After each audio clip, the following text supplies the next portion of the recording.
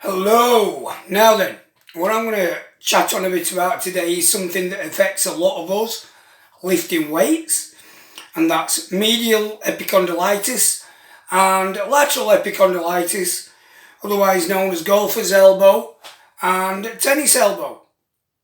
Now we have inflammation and we have tenderness of the tendons, and it really hurts in either the inside or the outside of the elbow. Now, why do we get it? Well, primarily it is because we've got strain going through the elbow. So, you could get it as a golfer, repeated strain doing that, or as a tennis player, always doing that. But for us guys in a gym, it's always because we're doing that. We're lifting a weight, a heavy weight, from there to there. Now, what I like to do, what I have done in the past, is I've built some pretty decent arms with lifting heavy weights. But there's no coincidence that lifting those heavy weights has given me repeated instances of tendinitis and pain in the elbow, which then becomes counterproductive to everything else. Becomes counterproductive to all your other training. So in the end, was it worth it? Well, kind of it was and it wasn't. I mean, I was known for doing really heavy preacher curls at like 75 kilograms. I would be doing nearly 30 kilograms a side on preacher curls for reps. Did they look pretty? No. Were they with great, strict, controlled form? No, not at all. They were just savage, blunt instrument, if you like, ways of just smashing bicep fibres to pieces and building arms.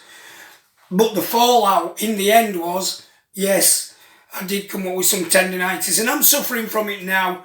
So I'm just going to go over a few things we can do to sort of alleviate this and then also try and get back to normal once we've got it.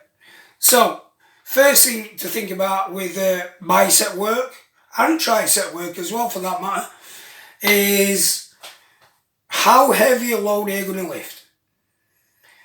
Now, it's sometimes a bodybuilder's kind of psyche and mindset that we need to lift heavier and heavier and heavier.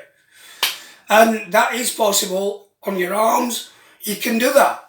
However, the muscle belly is going to get very strong. You are going to lift a big weight. But I feel there's just a weak link. In that elbow is just a weak link. Especially when you get old like me, right? It's just a weak link in there. And that's the bit that shows up with pain and discomfort. So, maybe instead of lifting really heavy weights for 6 to 8 reps, maybe the better way to do it is to really think about now things like time under tension, also the angle of where your hands go, and reps. So instead of doing 6 to 8 reps with as heavy weight as you can possibly get from A to B, why don't we do this? Why don't we try and stop doing this? Yeah, I know we've all done it, and start doing this. Really engage the muscle, keep it tight all the way through, squeeze at the top, and slowly release, get something from the negative as well. And let's do that for as many reps as it takes, but not more than 15.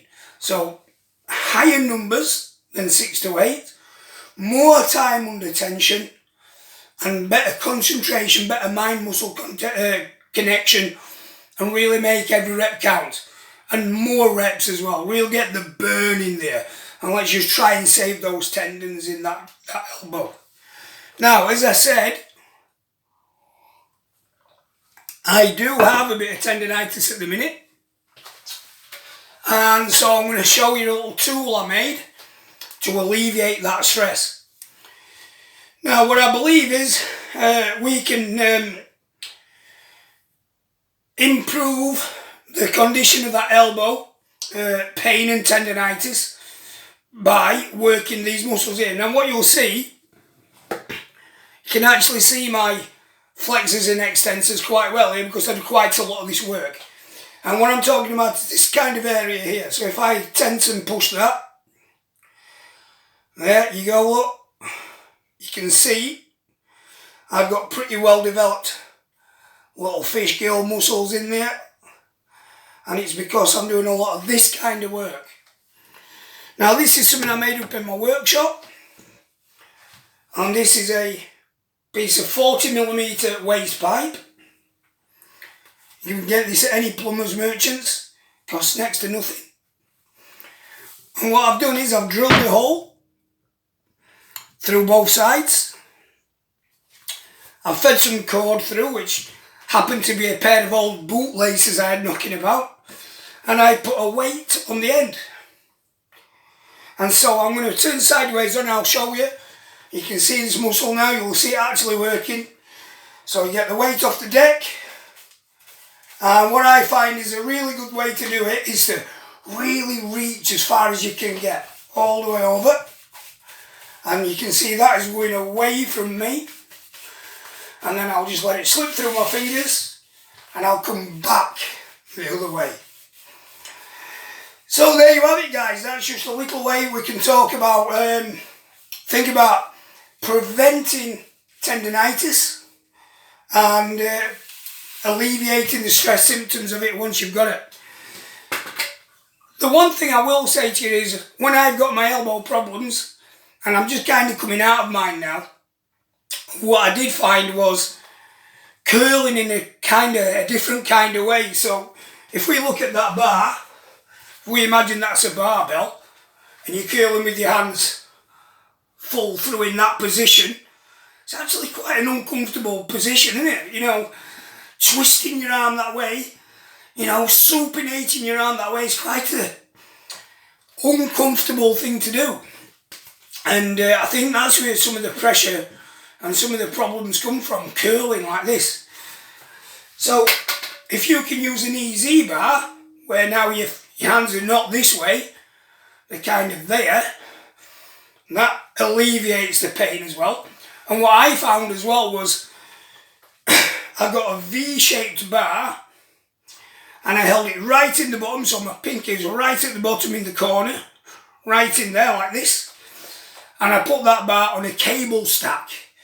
And curling away with cable stack curls like that, and that really helped my biceps actually be able to do some work where I was totally unable to curl like that because the pain in the elbows was just far too much. Okay guys, just to wrap that up, and hope that helps. I hope we see you on the next one. If you like what you see, please subscribe because I'm going to be putting lots of videos like this out. So peace out and catch you in the next one. Signing out for another one.